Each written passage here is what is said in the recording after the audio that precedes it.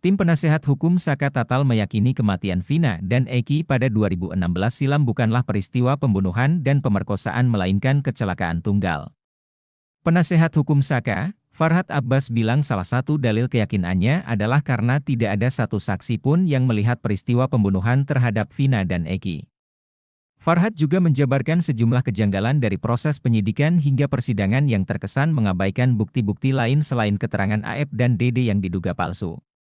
Misalnya, bukti adanya percakapan antara Vina dan sahabatnya Widya pada pukul 10 malam yang berdekatan dengan waktu kematian Eki dan Vina yang ditetapkan oleh polisi.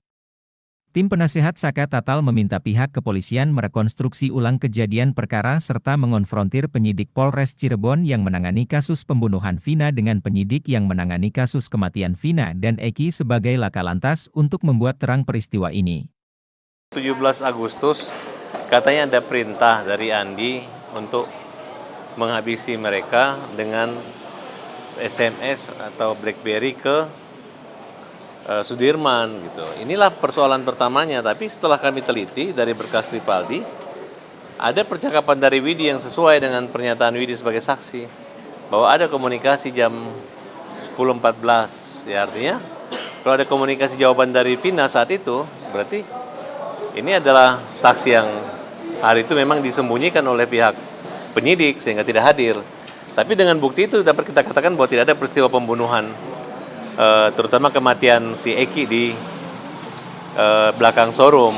Nah, saksi-saksi inilah yang dilaporkan oleh Pak Maruli ya. Nah, kemudian yaitu Aep dan Dede. Nah, ternyata sebelum naik ke penyidikan, si Dede sudah mengakui bahwa ini adalah rekayasa alur cerita yang dibawa atau diarahkan oleh Rudiana. Sebenarnya tidak ada peristiwa itu. Ini sama dengan keterangan Liga Akbar. Kalau Liga Akbar menyatakan mencabut juga, Teguh mencabut juga, ya udah, sebenarnya tidak ada peristiwa pembunuhan.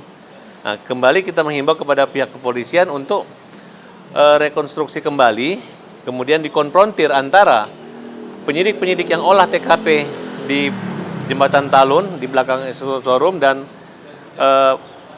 penyidik laka lantas dari Polsek Talun yang menyidik atau yang mengolah TKP dengan sempurna. Nah, sehingga awalnya dokter forensik atau dokter visum di Rumah Sakit Gunung Jati itu berdasarkan surat pengantar adalah kecelakaan tunggal. Nah, sekarang dengan adanya kecelakaan tunggal itu, kemudian ada kecurigaan Rudiana yang datang ke Polsek, katanya motornya nggak hancur banget, tapi rusak. Nah, kemudian dia bertemu dengan Aep dan Dede. Nah, disinilah mulainya kebohongan-kebohongan itu. Kebohongan-kebohongan inilah yang sangat mendasar dan menjadi 7 terpidana dihukum seumur hidup dan dituntut hukuman mati. Nah, kemudian anehnya lagi, jaksa tidak menghadirkan mereka di pengadilan. Nah, kemudian dari kalimat potongan video, Aep mengatakan, Dede mengatakan dia dilarang, diarahkan tidak oleh Rudiana. Kemudian percakapan Aep dengan seseorang yang dicurigai adalah Rudiana, dia menyatakan, Pak, saya kan dari awal nggak mau sidang. Nah, berarti sini adalah kejahatan dalam kejahatan. Nah, ini adalah perintangan penyidikan itu di sini. Jadi tidak menutup kemungkinan kalau Dede dan Aep tidak jujur, nanti akan jadi tersangka yang memberatkan itu adalah si Aep, karena Dede udah. Dan Dede akan ringan sekali karena dia mengakui. Dan ini adalah saksi-saksi yang nggak akan dihalangi atau dilaporkan lagi. Jangan ditakut-takutin. Pihak Polda juga jangan menakut-nakutin Dede seolah-olah dia merusak penyidikan ini. Tidak. Justru menurut hukum dan keadilan orang-orang yang seperti ini harus dilindungi. Selama beban dia akui dan siapa yang menyuruh itu yang melakukan yang akan dikenai pidana. Tapi kalau dia menutupi penyuruhan, ya nanti yang akan berat adalah Aep sendiri. Jadi kami mengimbau Aep, sebelum kamu diproses penyidikan dan kebohonganmu terungkap, lebih baik kamu mengaku saja bahwa kamu sebenarnya tidak melihat, makanya kamu nggak datang di persidangan, makanya hakim hanya mengcopy paste pernyataan-pernyataan kamu, dan karena kamulah Aep, 7 terpidana ini mati dihukum seumur hidup sampai sekarang.